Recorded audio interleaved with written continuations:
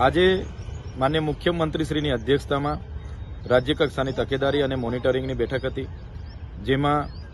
અનુસૂચિત જાતિ અને અનુસૂચિત જનજાતિના અત્યાચાર નિવારણ અધિનિયમ 1989 અંતર્ગત આ બેઠકમાં જે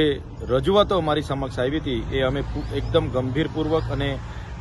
કમિટી સમક્ષ, રાજ્ય સરકાર સમક્ષ અમે મૂકી છે, જેમાં જ્યાં પણ અનુસૂચિત જાતિ અને જનજાતિ પર અત્યાચારો થાય છે ત્યારે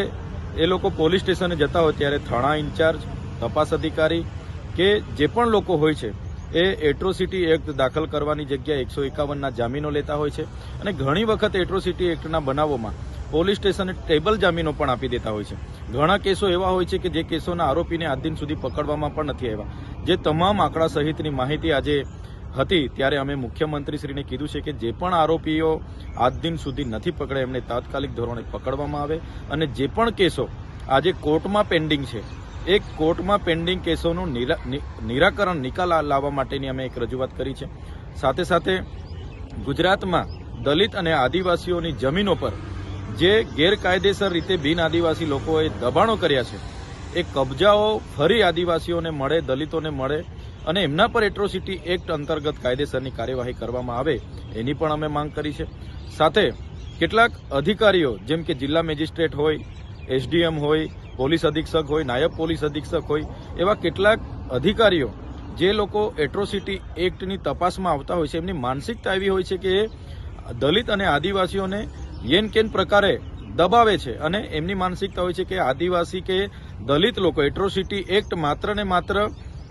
બ્લેકમેલિંગ કરવા માટે કરે છે। એવા લોકો પર પણ કાયદેસરની કાર્યવાહી કરવામાં આવે। ખાસ કરીને મહીસાગર જિલ્લાના કલેક્ટર શ્રી નેહા કુમારી પર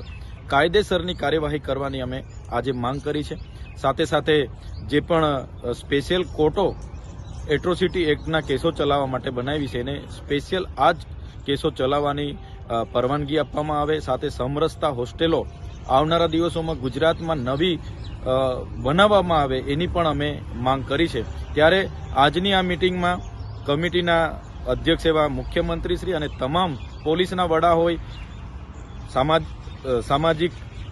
મંત્રી હોય, આદિજાતિ વિકાસ વિભાગના મંત્રી હોય કે એના સેક્રેટરી હોય, તમામ લોકોની ઉપસ્થિતિમાં અમે જે પ્રશ્નો ઉપસ્થિત કર્યા છે એનું આવનારા દિવસોમાં કમિટી નિરાકરણ લાવે એ અમે માંગ કરી છે અને આવનારી મિટિંગમાં